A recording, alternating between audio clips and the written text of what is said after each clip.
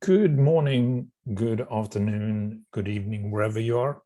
My name is Andreasson, and I work for Sumo Logic as a systems engineer.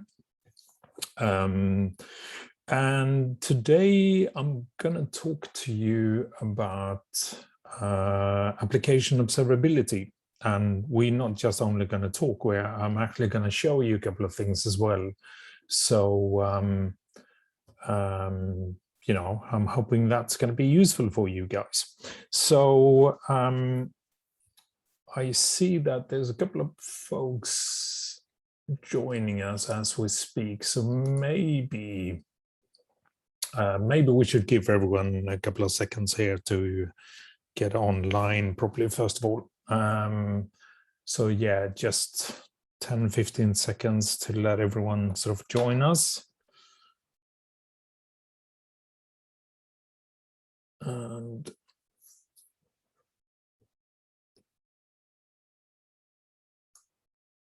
okay. Yeah. So as I said, you know, today we're going to talk about application observability. I'm not going to really be touching that much on security and so on, but you know, that's we have other sort of live demos covering that aspect of how to use Sumo for that. You know, so basically the logistics about it is kind of about briefly touch and briefly kind of show you a couple of slides here with regard to setting the scene and making aware of what Sumo can do and how we think, and then sort of more directly really kind of look at a demo of it so that we can just get a good overview of how you would see applications within Sumo, but also how you can troubleshoot and how you can kind of investigate things within Sumo. And given that we're going to be talking about microservices type applications, I also want to touch on a new solution we have called the Kubernetes for DevOps solution and the Global Intelligence Kubernetes for DevOps solution. So I'm going to sort of briefly talk about that too, and also show you what you can get out of that. So if you have any questions, anything, feel free to use the chat or the Q&A window. I'll certainly do my best to answer any of those there. And in the end of it, also get my email address in the last slide here, so you can always email me later on or contact any of my colleagues here within Sumo. We would be happy to help you. But yeah, without further ado, let's jump into it.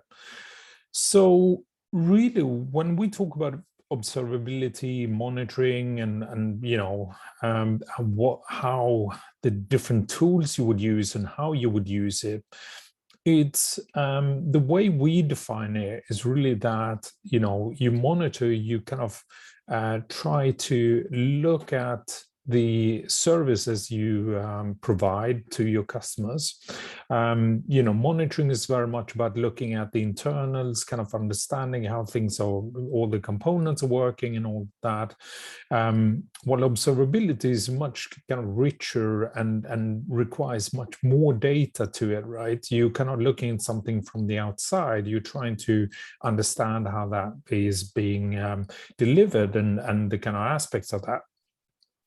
Now, observability really requires a lot more data and a lot richer analytics to be able to sort of really take you from what you can see as in any kind of symptoms or problems into really understand why is that happening.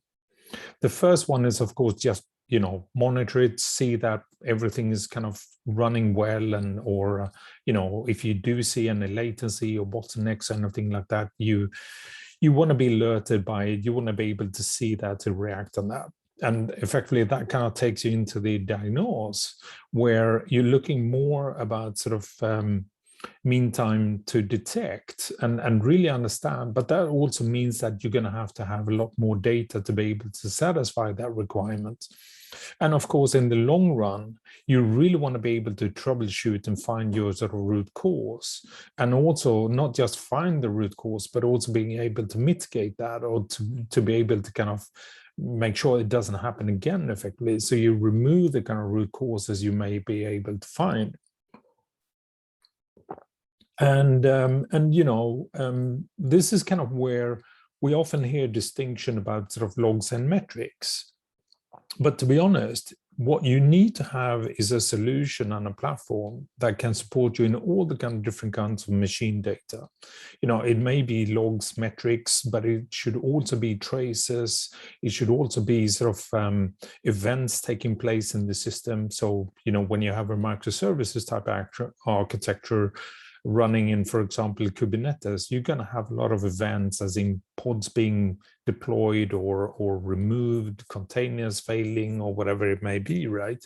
So you need to have all that data, and having all that data in the same platform is really going to be able to do you sort of give you a really good sort of experience and capabilities with regards to troubleshooting and diagnosing. Of course, the more sophisticated analytics you can have into this, the better it is as well, right? So we're going to be touching on some of these things. Just for the kind of basics of it, right? Sumo really is able to cater for pretty much any kind of machine data, regardless if your environment is running in a on-prem data center, or if it's kind of fully sort of cloud native in one of the cloud providers, and equally so, all the different SaaS solutions you may have. So, SaaS solutions, services, whatever it is, right? Okta and OneLogin, you kind of really, that is just a service. Or if you're using all the Atlassian products running in the cloud, that is just a service. So we will collect all that information so that you can understand the identities being used within your cloud environment or within your on-prem environment, how the kind of Docker and Kubernetes environments are behaving within there. And, you're probably going to use a combination of all these things together. And of course, the other aspect of this is also your applications, right? So having those sort of open telemetry, telegraph, metrics or sort of information in there, that's really what sort of makes this really useful. And Sumo, once we've collected all this information, right, it's then a question of like, how do you make use of it? The obvious one is that you're going to have a lot of dashboards and sort of, tools for being able to observe what you see. So we have sort of Sumo Logic is built on sort of a AWS platform, and basically it has a very user-friendly sort of user interface and a common query language that's kind of very natural to what you see in the kind of logging space today. And not only do we only apply that search language to the logs, but this is also something you can then sort of apply to spans or to traces and to metrics and other sort of type of machine data in there.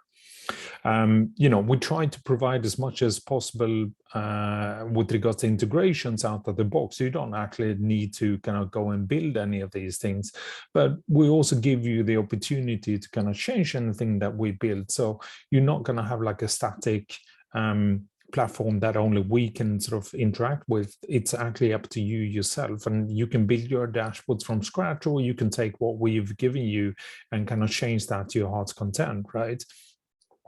Now, much of this is going to be a question of when you start visualizing large environment, you need to have auto discovery. You need to have sort of dependencies built into it. You need to be able to correlate all that data, right?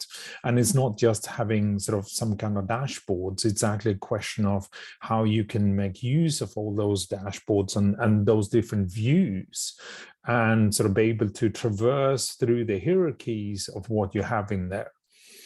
And of course, any sort of applied analytics is needed there as well, right? Being able to detect automatically anomalies and outliers in the system.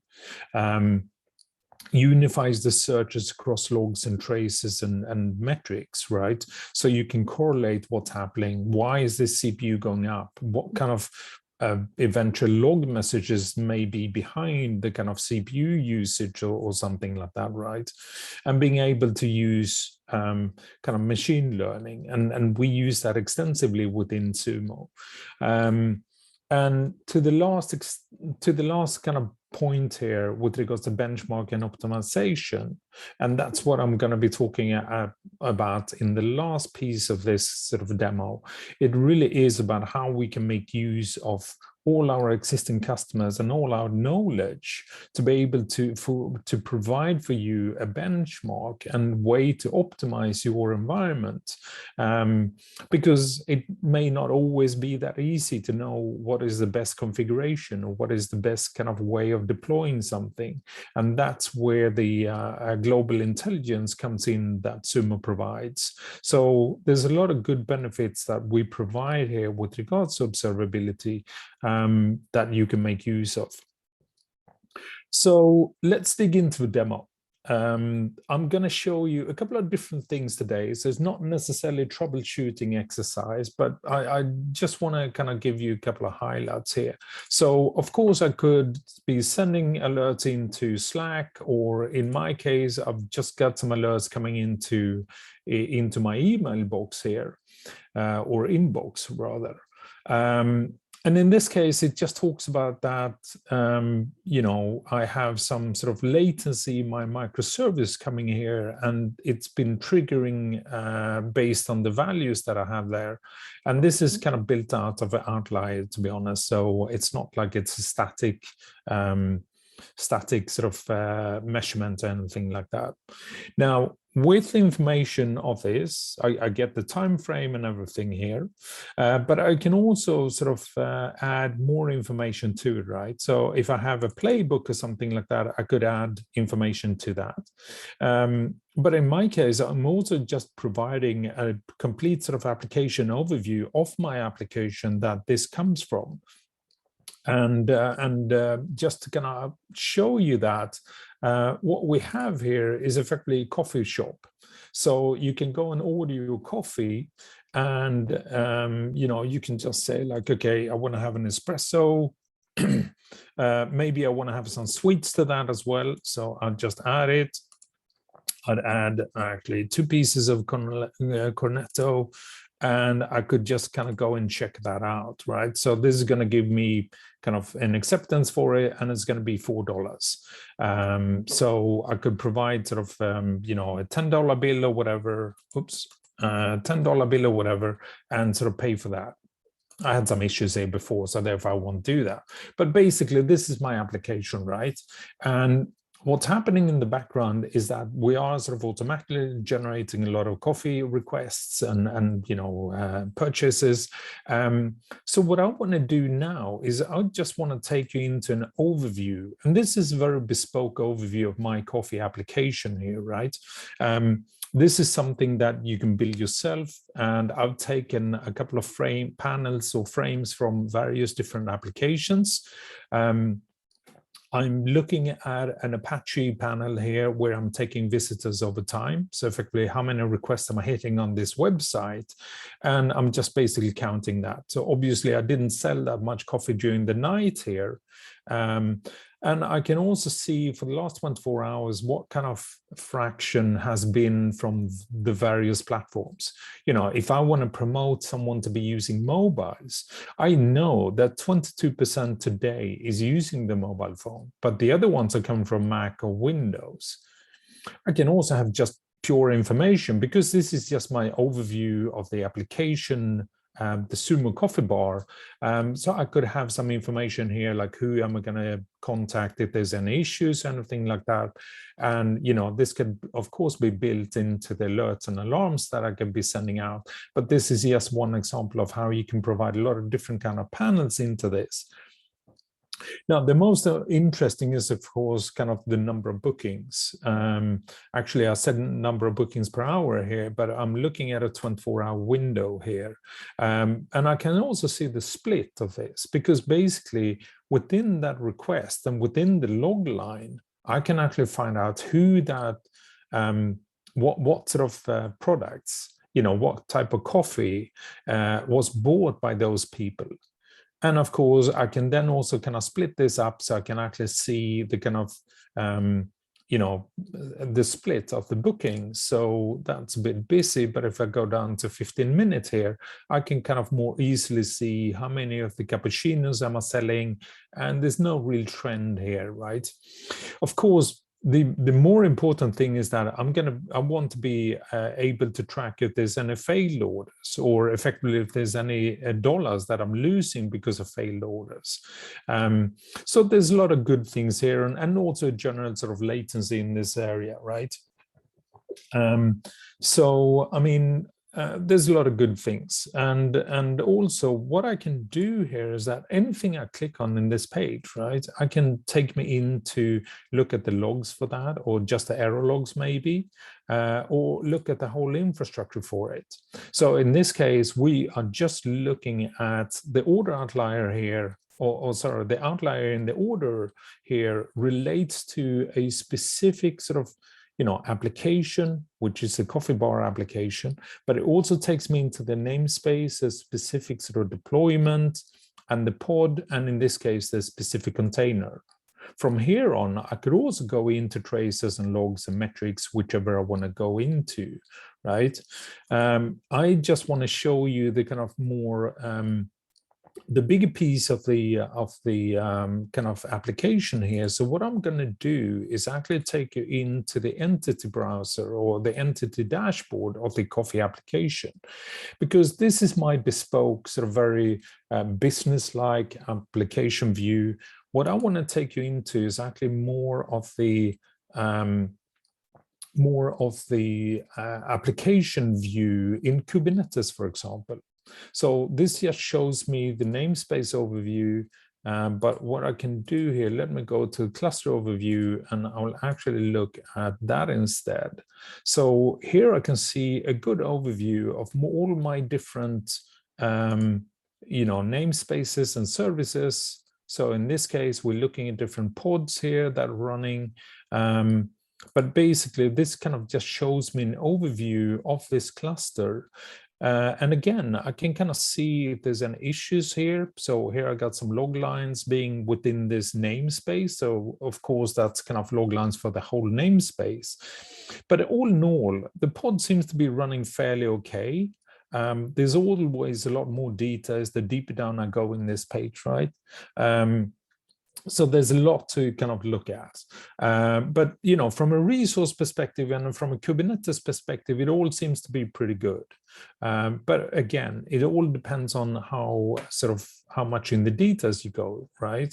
So what I also can do is take you into the application service view, which is going to be much more detailed about the application here, and also give me all the different services. Again, I'm not really having a lot of workload here. It's I do have some elevator error rates and stuff like that, but it's fairly sort of okay from that perspective, right? I could sort of, identify any kind of outliers or anything that sort of spike latencies here. This is actually the latency which kind of caused my email to be sent to me. But, it's just sort of a latency that we sort of built into a system because we need to find something to sort of alert against. And the problem, of course, is that Sumo will also understand sort of over time, it will discover that this is happening. So therefore, it will kind of see this more as a sort of common behavior or a kind of seasonality type thing, and therefore it would adjust for it. But basically, this is kind of just a good overview of all the different services running within the application. And of course, I can dig into any of these things. So if I dig into the coffee machine, I'm going to get more information with regards to that. I do have a lot of errors there, and my latencies and those things are there as well, but nothing that's kind of shattering per se, right? A different view of looking at this is also to look at a service map, because this kind of what we've seen now is a lot of sort of aggregated information, logs, traces, metrics that we've sort of taken. But I have a lot of other ways of looking at my applications within the environment. And one of those ways is to really kind of build out the service map for it. I actually have two different applications in this environment. So what I can do is just say, like, I'm only interested in the coffee application, and I can then also highlight that or kind of increase the levels of components here so I can see them more easily. But these are basically my microservices and also how they interact with each other. So the good thing here is that you can see how my front end is communicating to the front end service, which is then communicating to Good Coffee Bar, which then is communicating to coffee machine, and then to a coffee service, and then the water service and coffee grains and stuff like that as well, right? It also has a connection into the service and the cache desk. So I can actually charge for it. So it has sort of a full circle of basically handling all these things. What we also do here, which you can see, is that the microservices are communicating with various databases or other components that's not necessarily a microservice, but still sort of a connection into another service. And we highlight those as well. And if you're not interested in those, you can remove them. But basically, these are kind of all important services that you want to be able to track. So when you have sort of a latency in any of these things or any kind of anomalies, and actually I can influence this myself. So in this case, I'm just looking at an automatic anomaly detection here. And we've sort of put some outlier thresholds and stuff like that, and the kind of windows of how we do that. But you can also influence this by actually creating or defining your own sort of anomalies that you would want to see. So you have full flexibility in kind of making sure that you're looking at what you want to look at. The other thing that I have here is that I now, of course, want to be able to look at, like, why could there eventually be a latency into this? There's multiple sort of different services here, and there seems to be latencies in many in them. Some of them are sort of, depending on others, and therefore that may be latency. But it's kind of still sort of interesting to be able to see that. So if we take the machine service, for example, which basically is the kind of service that's providing the coffee to us. What I can do there is that I can jump into the logs to the metrics, but in this case, I'm actually more interested in the traces, because what we're seeing here is a sort of latency within the machine service itself, and the latencies are being kind of being dependent on either the service but also the connection between the services. So here are effectively all my traces for the last couple of 15 minutes, and there's a lot of them. Many of these are completely okay, so no problem at all. But what I could do is to kind of just filter out any services, or any trace that actually has an error in them.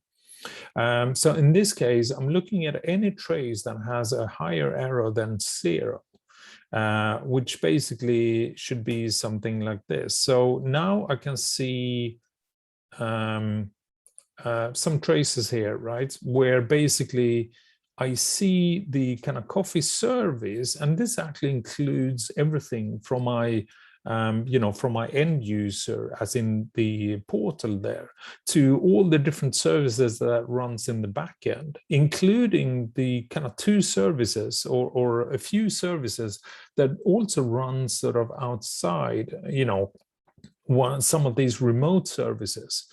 Now, as you can see here, this is a pretty busy slide, but what it tries to show you is the length of the total request with all the kind of different components here split up.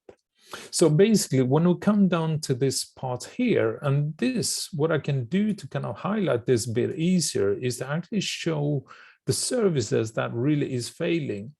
And I can kind of, infer that to be the process of something called get water.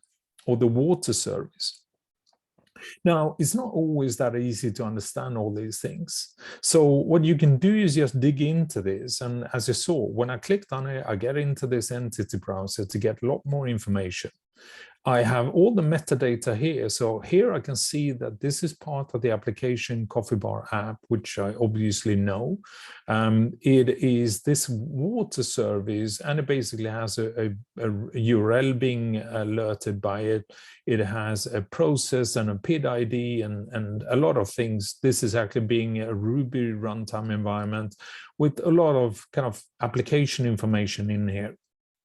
I also have the full sort of Kubernetes environment here. So I know where it's coming from, where it's running, what pod and what container it runs in. So a lot of details in there, maybe too much to be honest, but you know, the beauty is that I can use this to kind of pivot around.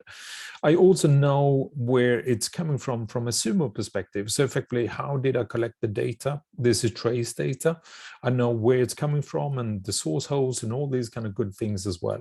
And as you saw before, I have the full sort of stack here. This is much more easy to kind of use to jump around if you want to do that. But of course, what I want to focus on here is to look at why this service is failing. And also, this is going to show you some of the benefits that you have here, because what we've done, we looked at the application, we have all the understanding about it. We went into the service maps and we saw that we had some latency in there, and we saw some issues with the traces. Now, I just took one of them. So this is not to say that this is the same for every trace or every span, but this is one of the issues here. And the beauty with this is that with every log line and with every metric that I collect, I'm actually tagging the trace ID and the span ID to it automatically. This is being done at the sort of collection of traces. So to be able to identify what is really kind of causing this latency here, I can just open the logs that are associated with this specific microservice. And I do that by using the span ID. This basically has a span ID, and I can go in for the duration of that service. And I can see that the reason this is failing is that basically there's not enough water in the coffee machine. So obviously someone has to sort of fill up the machine with water. It could be coffee grains, or it could be something else. It could be that the person in trying to order it doesn't actually have money enough to be able to pay for it. But these are the kind of things that you would be able to do. So pivot from sort of metrics into traces, into logs, or whichever way you want to do, and whichever way makes sense for you in sort of doing that, right? That is really what we're trying to give you, that set of capability, having all the data in one single place and be able to pivot around and look around. That is really what you can do with Sumo. And this is incredibly strong. Now, we're adding a lot more things to this as we speak. So there's going to be just today, and I just wanted to kind of show you that, but just today, we're actually going to start to allow you search your spans like you're searching your log files. Now, that is with a bit of caveat, because traces and spans doesn't necessarily contain log lines or information like what you have in log line. Now, that is what normally is, but there's nothing stopping you from actually including that information. So when you have an application, when you sort of start to have different microservices communicating to each other, you could have essentially sort of have data being added to it by the developer writing the application about certain scenarios, or certain metadata effectively being sent to it, right?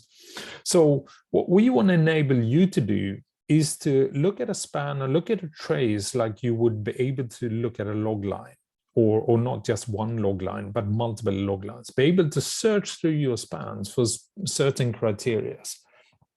So basically in this case, I would want to look at something like the cache desk application or service. I would then want to look at the duration, and I would look at an average of that.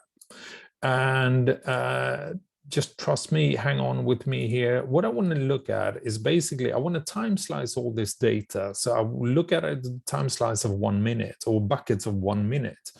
And then I want to be able to identify this based on, or I want to be able to group this based on the status code. And basically, I want to look at all the data there that I can find. So this is just going to go through all my different spans.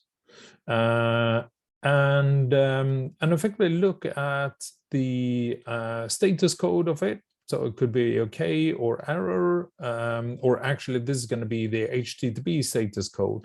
But basically, this is kind of what you would see from the information in there right now. Now, what I can do here is aggregate this data. So here you can see that I got some sort of 200s, but I also got 402, which basically means that my sort of request for coffee didn't really work that well. I can visualize this as you see I do here. I may prefer to put this in a column. And then given that we're only looking at the last 15 minutes, I may want to look at this for the last 3 hours or something like that. What this tells me, or actually I need to click on the search as well. What this tells me is that basically in the beginning of the morning, I didn't really have any coffee requests, right? So I guess people have to wake up to kind of really want their coffee, and they really wanted to have their coffee as well. So we had a lot of successful requests here for coffee. We were able to deliver those, but then we also saw some sort of unsuccessful requests for it, right? So now I can track this over the day, and I can see that, maybe, maybe I probably need to dig into why these are failing. But I also know to some extent, because the coffee machine runs out of water and we're having problems with the coffee grains and all the other things in there, right? But the beauty of this is that if I had sort of more information, like textual information in the spans, I would be able to search for that as well. And in fact, what I can do here, because this is taking it from sort of the span window, so to speak, but what I can do is I can actually traverse this into proper search. This could mean that I actually want to sort of combine or correlate this with other data sources or data sets. But, basically that search query that I built up in a very sort of simple way, I can then just traverse that into text-based search and kind of in the normal search window of Sumo, because traces are just another data source. The index is traces spans here, so it doesn't really differ much from just a log source, and therefore I can kind of make use of both logs and traces in the same search if I would want to do that. Now, of course, I mean, this is just coming from normal sort of trace data. And the aggregated view is something like this. And as you saw, I can always change this to be sort of, some other representation of it, whichever way that would be, right? So there's multiple ways of doing this. But again, kind of just a simple way of making use of all your logs and traces and, spans and all the kind of components of traces and all that in there as well. So I'm hoping this has sort of been useful for you from that perspective, right? And as I said, any questions, then just let me know. In the meantime, I am going to kind of take you through 1 or 2 slides here. So before we sort of jump into the global intelligence for Kubernetes, I just want to kind of really tell you about what it is, right? And typically, actually, let me start with this one. So typically the problem with any kind of resource consumption is that how are you going to make sure you have the optimal configuration for it? It may be that it's over-provisioned, or it may be that it's unprovisioned.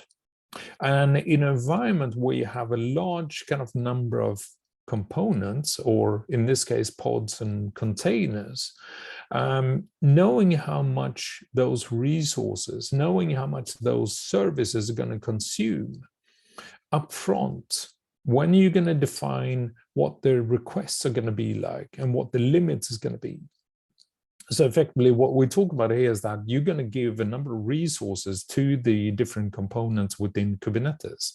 You have request limits. Or sorry, you have the number of requests, which basically is a soft threshold for how much resources that sort of pod or container is going to use. And then you have the limits, which are basically the hard threshold, so that when you're breaching the hard threshold, you effectively going to be evicted. And this means that you need to understand how you're going to configure this. What normally happens is that you're going to over provision, and therefore you're not necessarily going to make the best use of your infrastructure.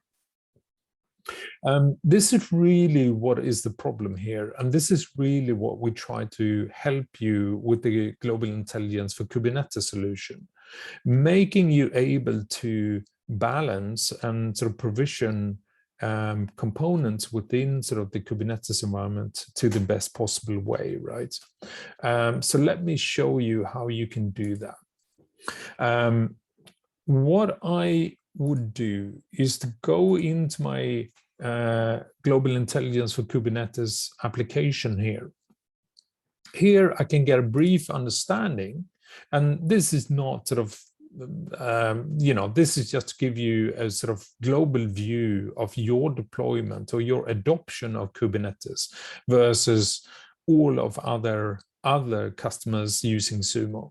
So effectively what we do here, global intelligence is very much a question of making use of other customers in an anonymized way and being able to say that, for example, typically today 3.4 number of clusters is being deployed within companies today. When you look at number of deployments, you have typically 204 deployments within all of those clusters. And the number of namespaces typically around 39 or 40 namespaces are there. So this is just kind of, a question of adoption. It's not necessarily, you of course know why and how you want to sort of adopt something like this, but it just gives you an overview. What is more interesting is to actually look at the Kubernetes deployment for maybe a specific application. So in this case, I'm only going to be looking at my coffee bar application. There's no need to kind of look at the other thing. What I'm also going to say is that this history percent is effectively the amount of data, the amount of pods and containers that I'm looking at that is representative. And in my case, I'm just going to lower that down to 50. This basically means that for the full amount of time, 50% of it was kind of incomplete, or the number of pods were not sort of completely, the lower the percentage, the more ephemeral it is, and the more sort of non-complete data am I looking at. So this is for my whole sort of coffee bar application. Now, it's always tricky to look at something like a whole, but what I want to do then is to look at the coffee bar clicker, for example. So effectively one of the services that really kind of makes use of, or that you really use to kind of order your coffee. And in this case, I can see that from a memory perspective, I'm actually at risk here, because 88% of the times I've actually used more memory than what I have. So right now I'm not sort of in a problem, but this is only for the last 15 minutes. But over a longer time frame, I have a risk percent that is fairly high. I can also go down and look at the CPU consumption, and I see the same thing here. So the risk percent is fairly high, although right now I'm pretty okay. So from time to time, this is kind of increasing and shooting up in the workload, and therefore it probably is kind of some optimization I could do.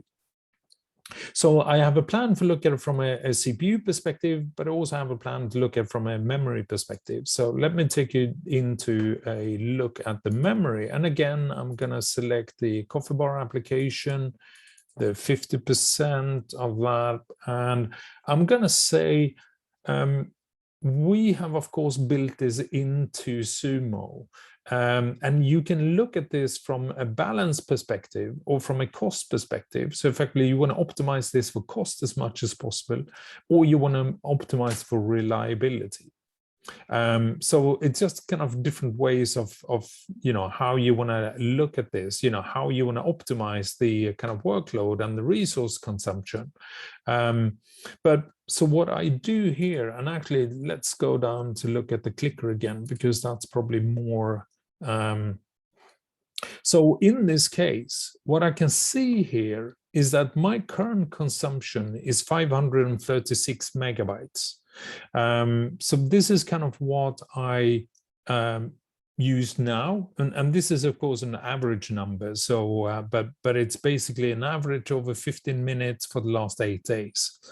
What we would recommend you to do is to increase this to 1 gig, because that coffee bar application is actually using that memory.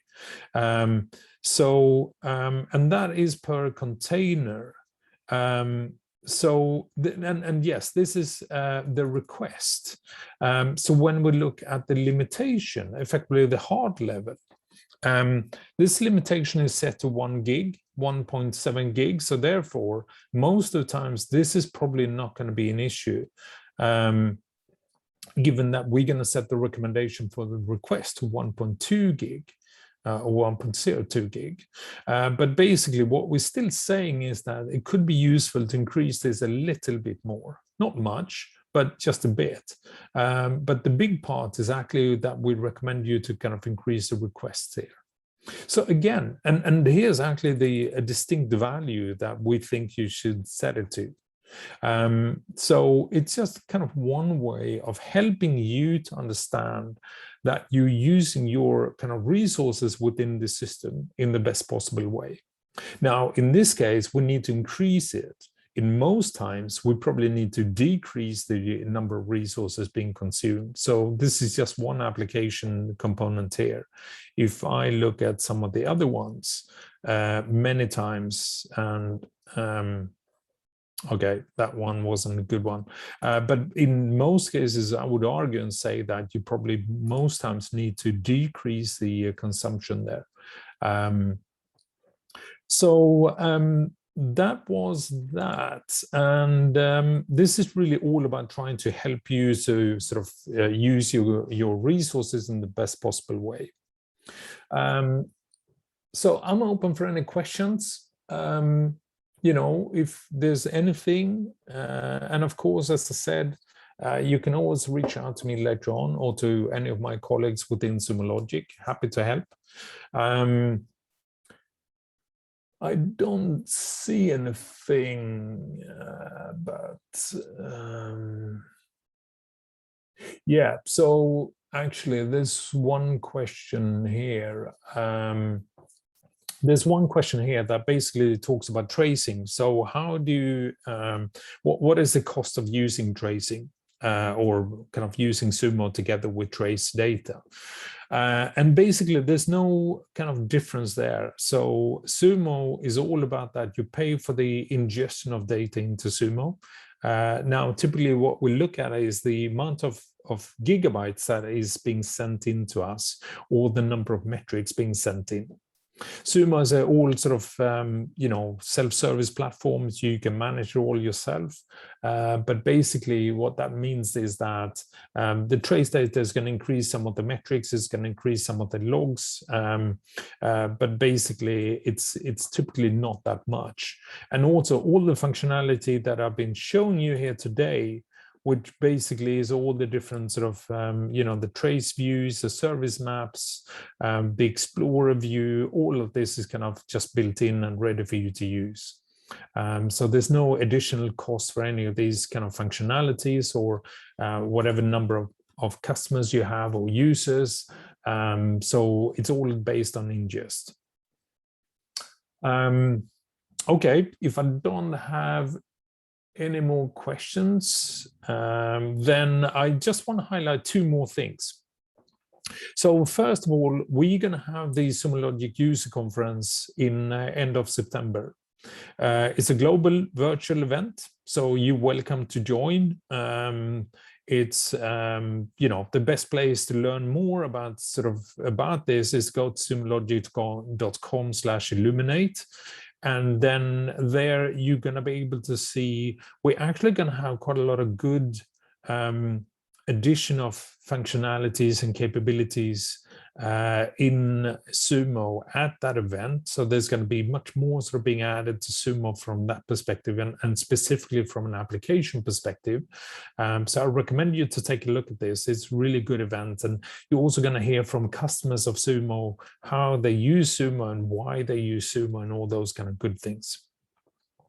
The other thing I wanted to highlight is that it's really easy to kind of get up and running. You just go to our website, sumologic.com, request a free trial. You get a free trial for 30 days with all the functionality.